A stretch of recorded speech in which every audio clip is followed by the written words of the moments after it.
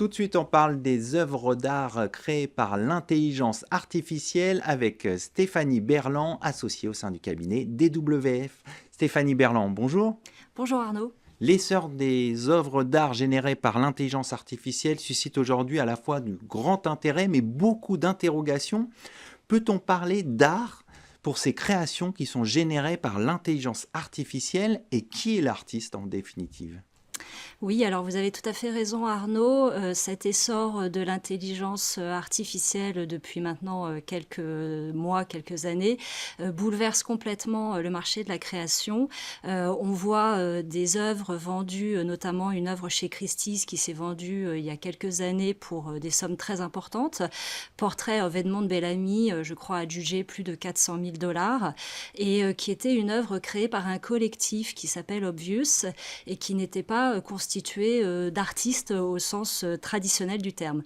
Et donc ça pose véritablement la question aujourd'hui de qui est l'auteur de cette œuvre, qui est l'artiste lorsqu'on a une œuvre comme celle-ci, s'agit-il même d'une œuvre? Et voilà, certains disent c'est l'intelligence artificielle qui doit être considérée comme l'auteur, d'autres disent bah non, c'est celui qui a utilisé l'intelligence artificielle.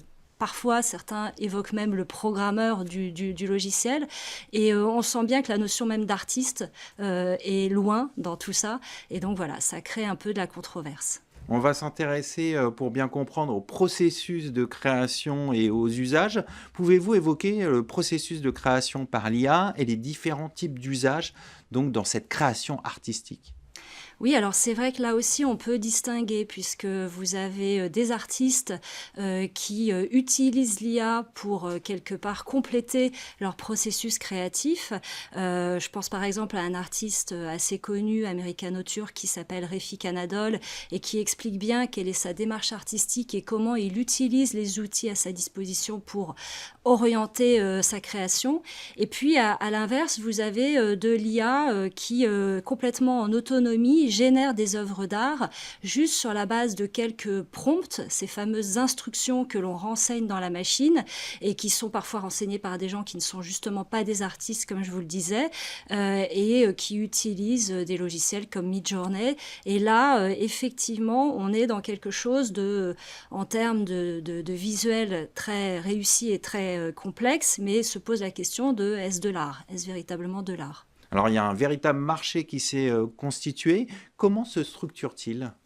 Alors le marché, effectivement, on le voit avec les ventes aux enchères qui ont eu lieu, commence à prendre de l'ampleur. Vous avez des plateformes spécialisées dans la vente de ces œuvres créées par de l'intelligence artificielle ou avec de l'intelligence artificielle. Il y a des plateformes comme SuperRare ou Artblocks qui sont vraiment spécialisées là-dessus. Et puis après, vous avez les plateformes classiques, on va dire, de NFT comme OpenSea, qui regorgent d'œuvres créées par de l'IA ou avec de l'IA.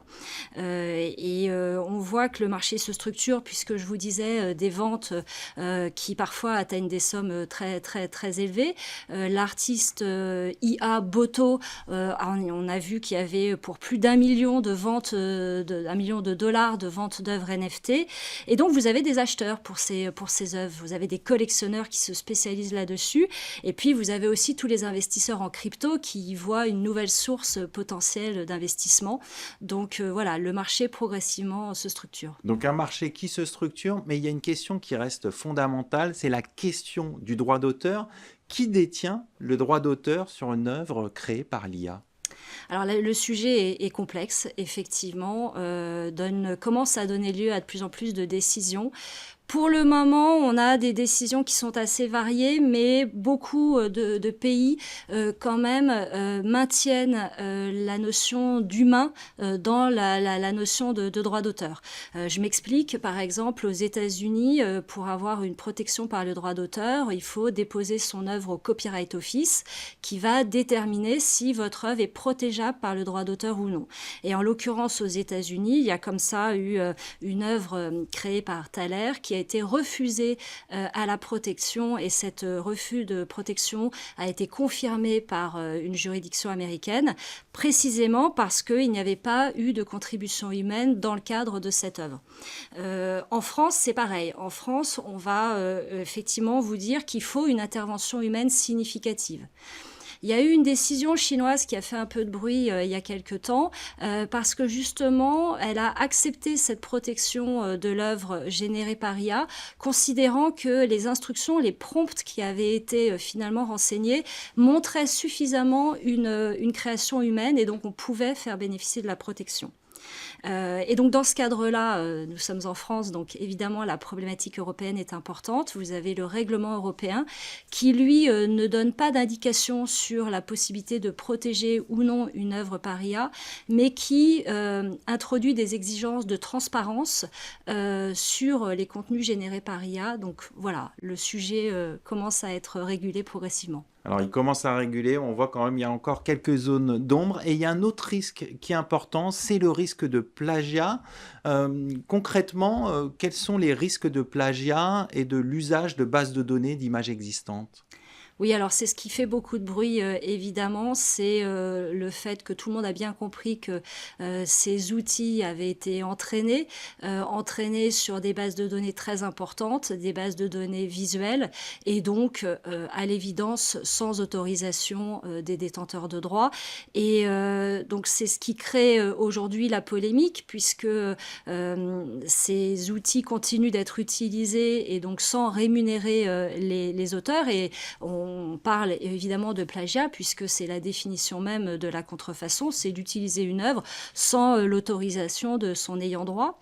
Et ce qui est assez intéressant, c'est que l'on voit aussi des artistes qui utilisent ces outils numériques qui se retrouvent eux aussi plagiés. Par exemple, on peut parler de Greg Rutkowski, qui est un artiste digital très connu, dont les œuvres sont très réputées. Il travaille d'ailleurs avec des éditeurs de logiciels de jeux. Et son style est réutilisé aujourd'hui sans son consentement. Il suffit de demander à la machine de vous faire une œuvre dans le style de Greg Rutkowski, et ça génère des images qui ressemblent beaucoup à ce que lui-même fait. Donc ça pose évidemment question. Et puis il y a cette problématique, comme je vous disais, de transparence des données d'entraînement. Tous ces outils ont été entraînés sur des bases de données très importantes.